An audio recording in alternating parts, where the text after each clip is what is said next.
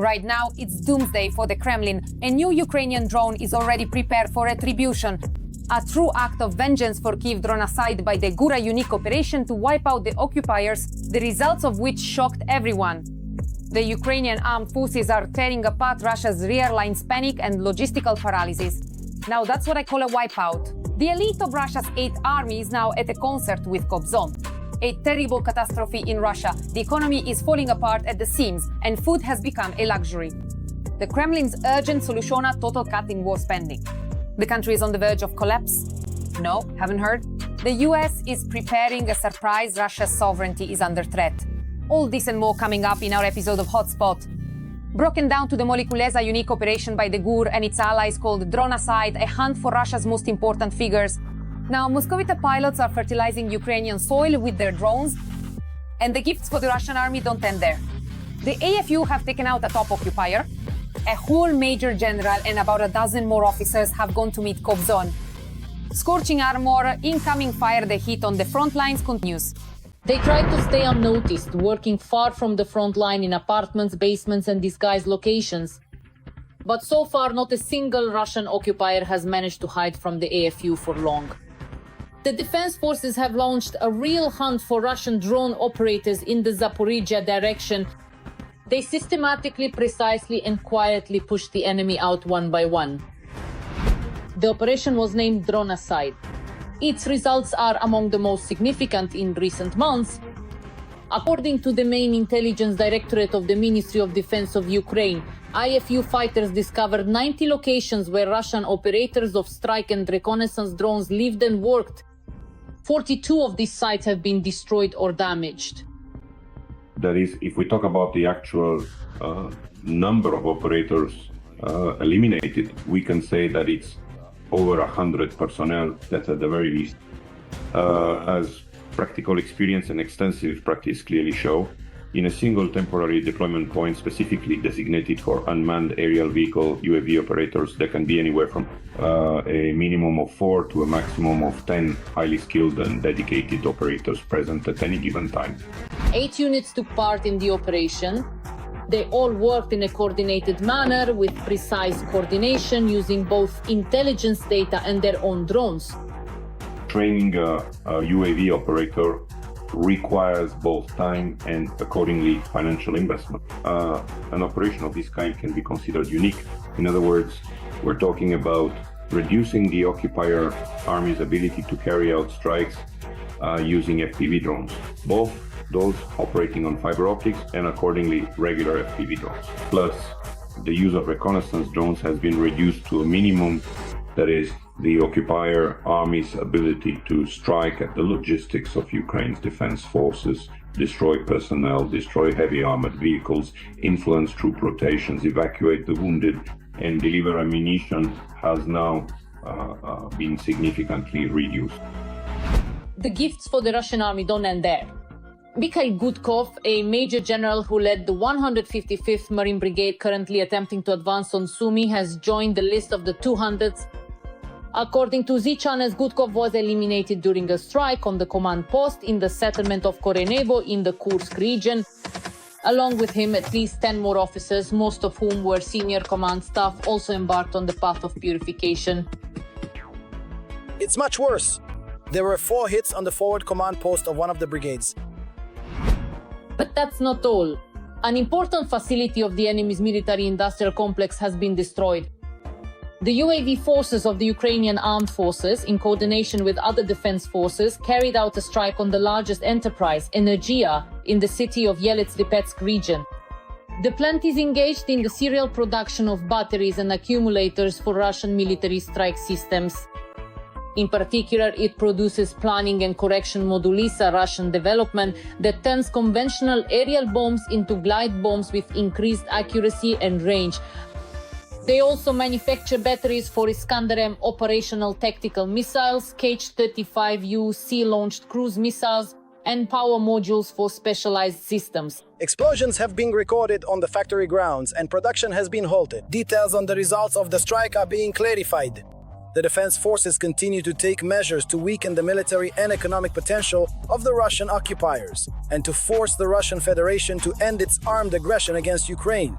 This is only the beginning. Glory to Ukraine, reported by the General Staff of the Armed Forces of Ukraine.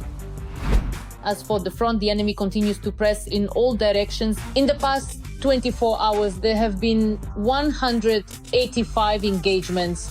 Battles were recorded in 12 directions. This was reported by the General Staff of the Armed Forces of Ukraine. The occupiers are not abandoning their plans to expand their presence in Ukraine, primarily at the expense of regions not included by the Russian dictator's decree as part of the Russian Federation. Accordingly, we are talking about Sumy, Kharkiv, and the possibility of a breakthrough toward the Dnipropetrovsk region. There are 1,200 kilometers of active combat line and not a single quiet section of the front. The enemy is trying to exert pressure wherever they can, attempting to find weak spots in our defense, but to talk about any significant changes on the battlefield, 15 square kilometers out of 200 kilometers of active combat lines, a minor result over the course of a day, taking into account that the enemy, I repeat once again, is losing not only a huge number of personnel, but also equipment, weapons, and other gear, which frankly takes quite a long time to produce and deliver directly to the battlefield. We are not only successfully holding back the enemy, but also striking Russian concentrations accurately and irreversibly, targeting both their manpower and equipment. The situation on the front line remains difficult. The armed forces of Ukraine are doing everything possible to bring the disgraceful defeat of the Russian army closer as soon as possible. And now the question is not if it will happen, but when. The masks are off. Xi Jinping is sending his troops to Ukraine. NATO, get ready. China and Russia against the collective West. Chinese specialists are already churning out microchips at industrial facilities in Russia. Putin is a hostage to Xi. Russia's sovereignty is under threat. Chinese People's Republics on Russian territory.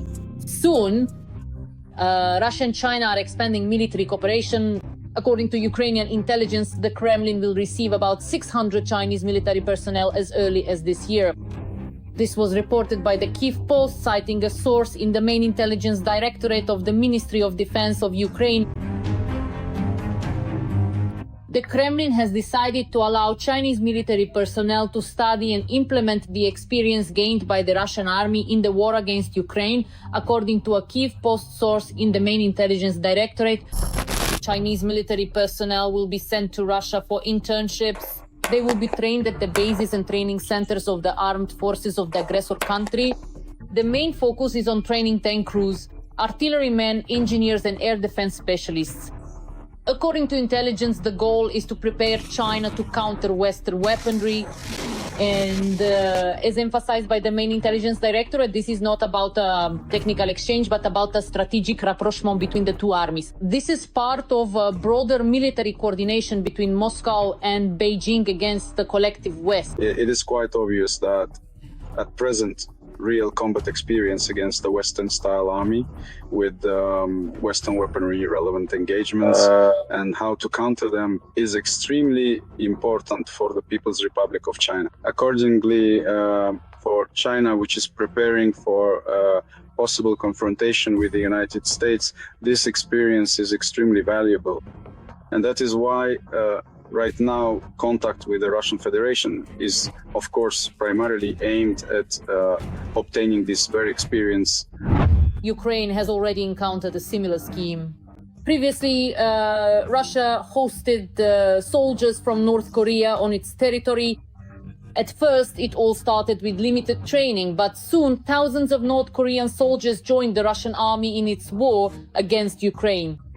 But regarding China, I think there will not be any official involvement of Chinese military personnel, specifically the Chinese army in the war against Ukraine. Most likely it will be limited to further joint exercises, which already take place quite frequently with the Russian army. But on the other hand, we remember that the Russian Federation is actively mobilizing by recruiting mercenaries from China. We recall how our main intelligence directorate and other agencies directly reported the participation of more than 150 Chinese military personnel in the ranks of the Russian occupying army. And this precisely shows that even the sharing of such experience and the transfer of relevant knowledge, how to counter Western equipment, how to deal with new tactics, both in offense and defense, can ultimately lead to a situation where certain Chinese citizens on a voluntary basis as mercenaries may later go to fight directly on the side of the Russian aggressor. And although China formally continues to insist on a diplomatic resolution to the Russian-Ukrainian war, de facto it is becoming ever more deeply involved in the confrontation. Earlier, Western media reported that industrial facilities involving Chinese specialists are already operating on Russian territory, and now there is also military training, moreover, in a country that ruthlessly attacks Ukrainian cities every day. In reality, Russia is very afraid of the influence that China now has over them, because the total dependence they currently have on China threatens not only their sovereignty in the future, but even the very existence of a state like Russia. This is especially true for the territories that border China. I'm not saying that these territories will be taken under China's control, but the possibility that puppet states could be created there, which would indeed be controlled by China, is very, very likely in the future. Especially since China looks ahead not just 3 or 5 years like we do. They look 50 or even 100 years into the future. But that's their strategy, that's how they think. So whether China wants it or not, friendship is one thing, but business is business. Against the backdrop of statements about supporting peace, China is sending its military to Russia, for now just for training. But in the context of a full-scale war, it's hard for the Ukrainian side to call such actions peaceful. Crimea is shaking. A real Ukrainian-style fire show. Russian equipment will now be scrapped. Russians are panicking. A sweep of the occupiers has begun in the Donetsk and Luhansk regions, a real fiery gala show. High-value targets are in flames, occupier logistics paralyzed, convoys at a standstill, occupiers pinned down by Ukrainian armed forces. Putin's factories have blown up again. Thousands of kilometers are no obstacle for Ukrainian drones. Let's get the popcorn ready. The General Staff announces there will be more strikes like this. The Ukrainian armed forces have delivered powerful strikes on temporarily occupied Crimea. Thus, on the Kerch Peninsula, S-300 and S-400 air defense systems as well as radar stations were hit. In Saki, Ukrainian drones successfully turned Russian equipment into scrap metal. The following were destroyed: a Pantsir S-1 air defense system, an Iobium radar, a Coastal Pechora 3 radar, a GE enemy radar, as well as a Su-30 fighter jet. Powerful explosions also rang out in the occupied cities of Donetsk and Luhansk. Someone says, look! The logistics of the Russians were hit, most likely a building where drones and electronic warfare equipment were being produced, as well as an oil depot. 9 aircraft were used, Storm Shadow and Scalp missiles were launched, and impacts, fires and destruction were recorded. We are talking about industrial zones, warehouses and military facilities. The strikes targeted special-purpose storage facilities for enemy equipment as well as ammunition depots. In the occupied part of the Zaporizhzhia region, GUR drones have effectively paralyzed the occupiers' logistics. On the 26th of June, the railway tracks were destroyed, and when Russian troops repaired the line and sent a military freight train, the GUR struck again. One of the key logistical routes of the occupation army in the Zaporizhzhia region is once again blocked. The situation is tense on the border between Donetsk and the Dnipropetrovsk regions. In the Novopavlivka direction, the situation is constantly changing. The Russians want to enter the Dnipropetrovsk region, but the Ukrainian armed forces are not allowing the enemy to amass near the area. These one-off raids bring neither tactical nor strategic advantage, but they are a troubling sign of the deteriorating situation. We observed a similar situation in the area of Kotlyarivka and Orekhove, where there was a lot of talk about the enemy advancing into Dnipropetrovsk. But Ukrainian fighters are managing to hold back the enemy's onslaught. And now, no one is shouting about major advances in that sector anymore. OSINT analysts The greatest pressure from the Russian army is currently observed along the line from Novopole to Novozergievka. There have also been recorded cases where the Russians use FPV drones to enter the region. One of the most recent incidents involved a bus that was on its way to pick up families from the Sinelnikove district. At that moment, the Russians attacked the bus with a bomber drone. In the Sumy region, the Ukrainian armed forces managed to halt the occupiers' advance. For the first time, the General Staff has shown the front line in this region on a map. The map shows which part of the Sumy region has been captured by the Russian army. Against the backdrop of Moscow's announcement of its intention to create a so-called buffer zone on the border with Ukraine, Russian troops continue active operations in the north of the Sumy region. The military administration has confirmed the occupation by Russian forces of 4 border settlements: Novenke, Basivka, Veselivka and Juravka. As of this week, the advance of Russian troops in the border area of Sumy region has been halted.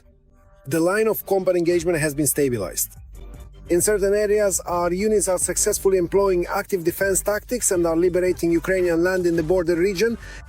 On the North Slobozhansky and Kursk directions, we have once again tied down about 50,000 Russian personnel, including elite airborne and marine brigades.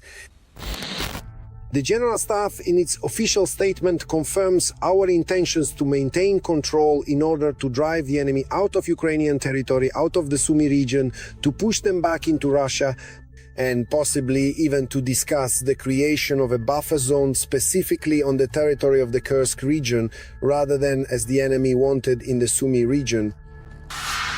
We are not only successfully repelling attacks, but also striking at military infrastructure. All public events in Russia's Izhevsk have been cancelled for 2 days.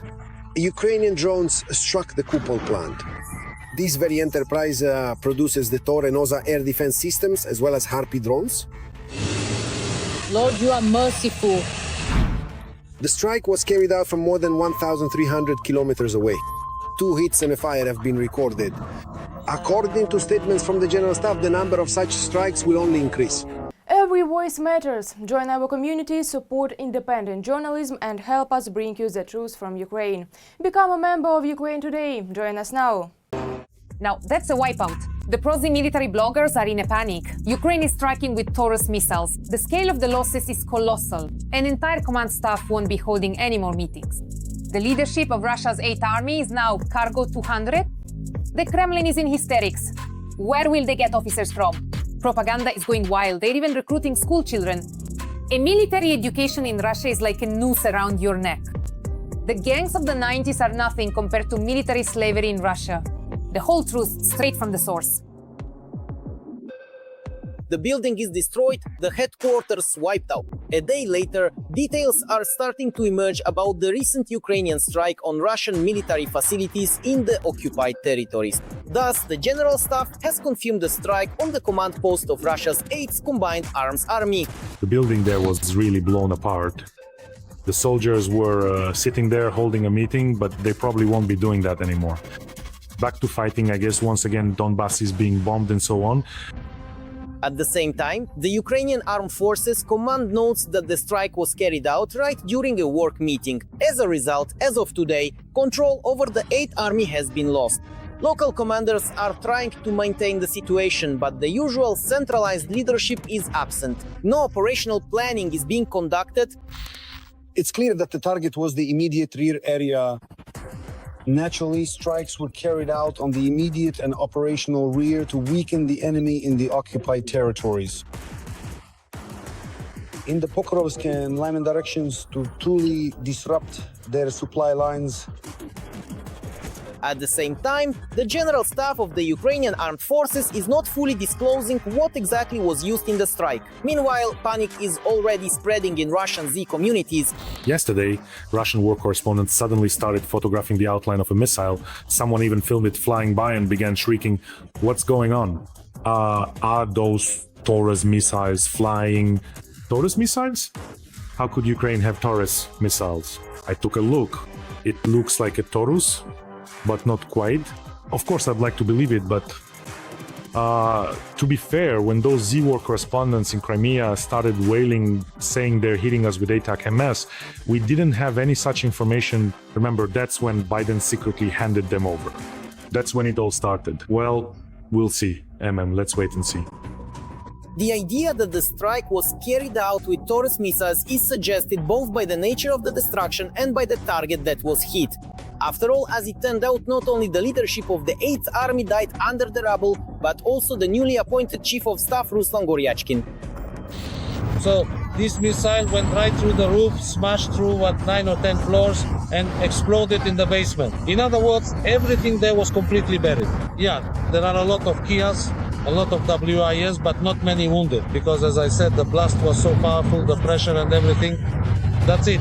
But what's interesting is that it turned out that at that moment, it wasn't just a random hit at that very moment, they were actually tracking and targeting the place. It turns out that the acting commander of the 8th Combined Arms Army was there at the time. Analysts also point out another detail here. Goryachkin, who held the rank of colonel, was serving in a position meant for at least a lieutenant general, if not higher. This means that there is currently a significant shortage of officers in Russia. To confirm this information, Izvestia reports that the Kremlin is planning to reopen about 15 military academies that were closed after the collapse of the USSR.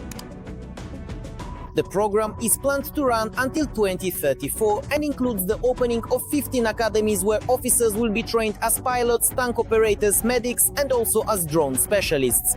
Meanwhile, an unprecedented campaign has already begun in the media to recruit recent high school graduates into the military. The motivation is the usual: money, respect, and benefits. There is also a special reminder that this is your only chance to make it in life. What goes unmentioned is that it's also a chance to die. For many, a military education is the only way to climb the career ladder. At the same time, those who have already put the noose around their necks by deciding to become officers in Putin's Russia are sharing their impressions online after a couple of years of training. They say it's like the gangs of the 90s here, it's easier to get in than to get out. According to the contract, you can no longer leave the university, and after graduation, you're obligated to spend 5 years on assignments for the Ministry of Defense. If you do decide to drop out, you'll have to buy your way out. And that sum is far from affordable for most people. All the expenses that were spent on you on food, on meals, on education, on your stipend, on your vacation time, you will have to reimburse all of that. If you want to drop out in your 4th year, you have to pay back about, well, $1 million, and only then will you be allowed to leave. And even then, once you leave, you'll be drafted into the army. But, of course, there isn't a word about this in the advertisements for military universities. An extremely militarized Russia only plans to increase the number of military personnel. This year, for example, the newly established Saratov and Nizhny Novgorod military engineering schools are expected to announce admissions. They've cornered me like a rabbit. Putin is at a dead end. Russia's militaristic frenzy. The superpower's economy can't take it anymore. The dictator is forced to cut war spending. So what happened? Russia is collapsing. Russians are howling. It's not just that apartments and cars are unaffordable. Now, not everyone will even be able to buy groceries at the supermarket. The bunker dweller is getting confused with the numbers. Factories are shutting down, industry is growing moldy, and people are fleeing the country. The Russian dictator Vladimir Putin has been cornered by the very war he started. We have a good saying, right? It means you notice a speck in someone else's eye, but you don't want to see the log in your own. And that log is so massive that the bunker dweller, groaning and coughing under the flashes of dozens of cameras, is forced to admit the Russian economy simply can't keep up with the military-industrial complex. The significant and substantial increase in spending on military purposes and the militaristic frenzy that we have just mentioned and discussed is all fundamentally based upon a single underlying premise, the perceived and undeniable aggressiveness of Russia. And this aggressiveness has a catastrophic effect on all of Russia. The scale of it becomes clear if you just look at the list of those who are actively sounding the alarm. For example, the Minister of Economic Development of the Russian Federation stated that the Russian economy is on the verge of recession, and the head of the Ministry of Finance, lowering his eyes in embarrassment, called what is happening an economic cooling. Even Elvira Nabiulina admitted that the resources which had allowed the Russian economy to grow at a rapid pace have been exhausted. This is, among other things, and not least, the result of our joint efforts. Recently, demand for almost all goods has been falling in Russia. Experts say that people are losing interest not only in major purchases such as apartments or cars, But even food consumption in the country is sharply declining. All sectors of the economy, to varying degrees, some more, some less, being affected by these 3 years of sanctions. And that's why the data from the first quarter show that there is already a negative trend. And of course, while there is not yet a recession, stagflation, that is, high inflation combined with the lack of economic growth, is already evident. So the next stage is a recession. On top of everything else, Russia is facing a shortage of qualified specialists. Analysts note that this problem is so serious that it affects almost every sector of the economy. For example, in agriculture, the Kremlin is short at least 300,000 additional workers. In manufacturing, the shortage of specialists is nearly 2 million. According to reports from the Minister of Labor, Russia is in dire need of mechanics, construction workers, metal workers and other skilled tradespeople. But instead, Putin is preparing more and more soldiers. Yes, our expenses today are not small. They amount to 6.3% of GDP. Is that a lot or a little? I think it's a lot. This is of course one of the problems, including for the budget. But here again, Putin is being deceitful, shamelessly manipulating the facts. The bunker dweller, as always, tries to reassure the population. Now, regarding the expenses themselves, 6.3%, is that a lot or a little? 6.3% of Russia's GDP for defense needs is 13.5 trillion rubles. And our entire GDP is 223 trillion rubles. So is 13.5 out of 223 a lot or a little? It's not hard to calculate how much the war unleashed by the Kremlin in Ukraine is really impacting the economy and the wallets of ordinary Russians. Just compare the prices in stores. Lately in Russia, those prices change almost every day. There is probably nothing left on the shelves of local stores that hasn't increased in price by 10 to 20% just in the year 2025 alone. And all of this becomes an unbearable burden on the shoulders of ordinary Russians. And now no one asks them whether they want, say, several 100,000 drones to be produced, right? This money is simply taken from their pockets without asking and then spent thoughtlessly, burned, destroyed with no benefit whatsoever for the people.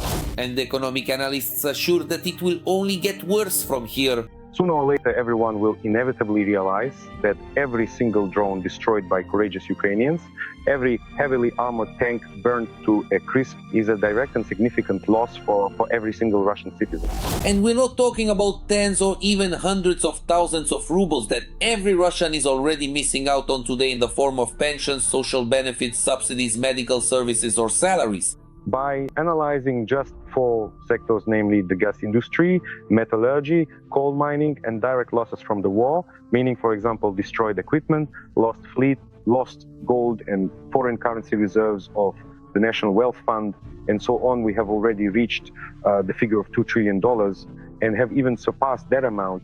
That's about $14,000 per person.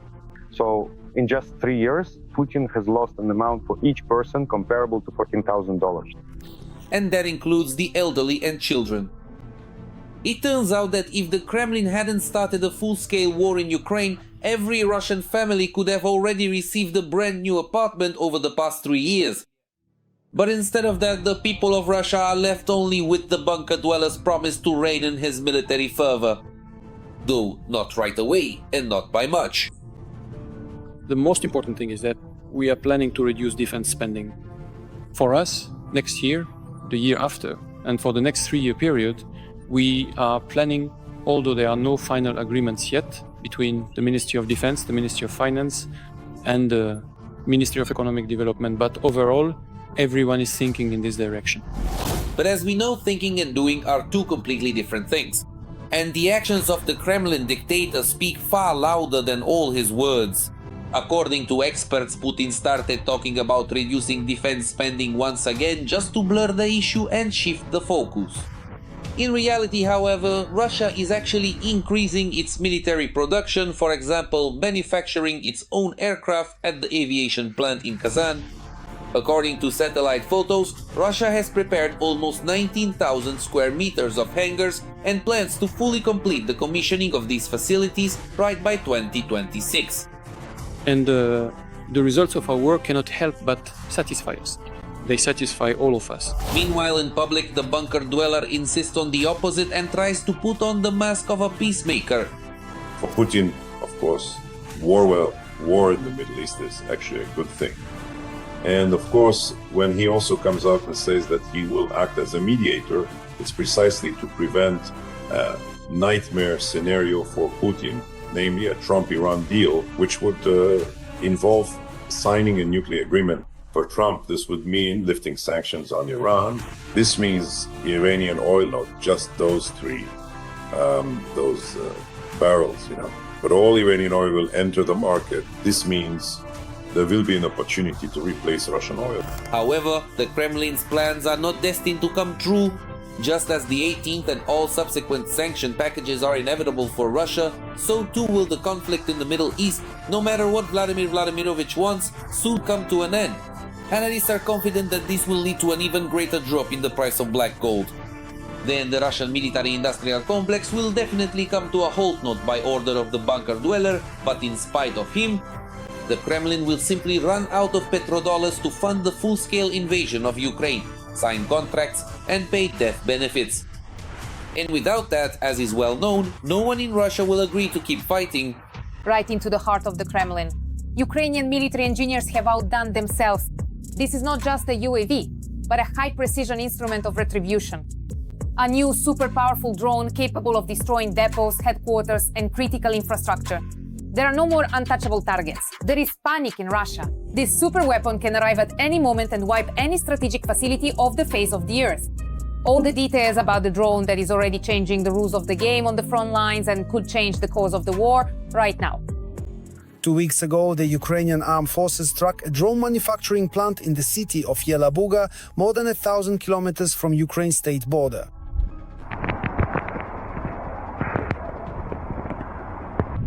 The plant produces about 300 different drones per day. Ukrainian drones made it through Russia's porous air defenses and damaged the UAV final assembly workshops.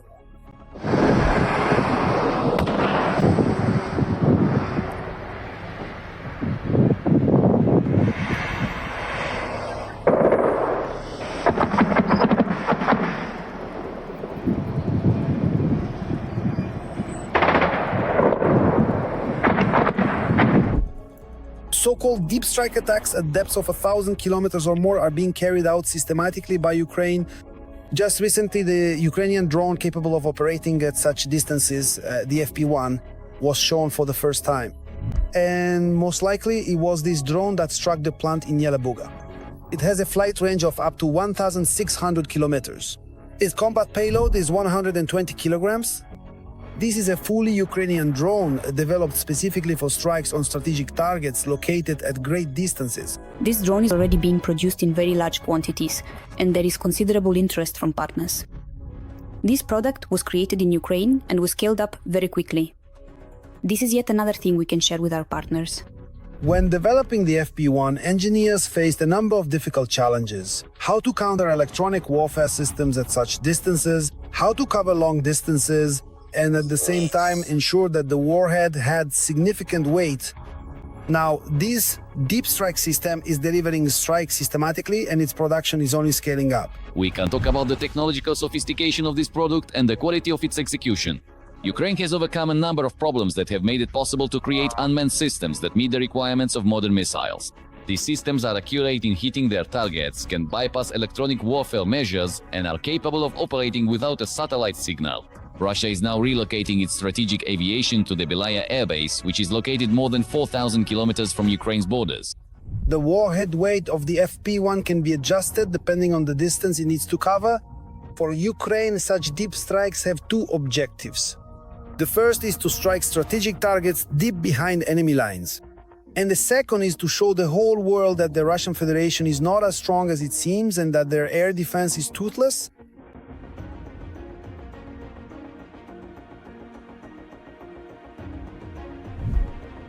The fact that things are burning looks impressive and stirs up emotions. But if we look at the numbers for the damage inflicted, for example, on Russian oil refineries, We would like to see much more. In 2024, we managed to knock out Russia's oil processing capacity by just a few percent. When we see strikes on oil depots, we often hear about a few tanks being hit, but there could be 50 tanks at a single facility. On the other hand, we do see truly impressive and important operations targeting Russian warehouses and airfields, which can only be reached by kamikaze drones. In any case, our deep strikes and the tactics for using them must either evolve or die, just like everything else in this war. Larger warhead, greater range, higher speed, lower visibility, better navigation protection, convenient launch methods, precise targeting, use of decoys, and so on. Last year, President Volodymyr Zelensky tasked the country with producing 30,000 long-range drones in 2025, including the FP1. The contracting and delivery of Deep Strike to the Ukrainian Air Force is ahead of schedule. That's all for now. For more fiery news from the front, tune in to our next episode.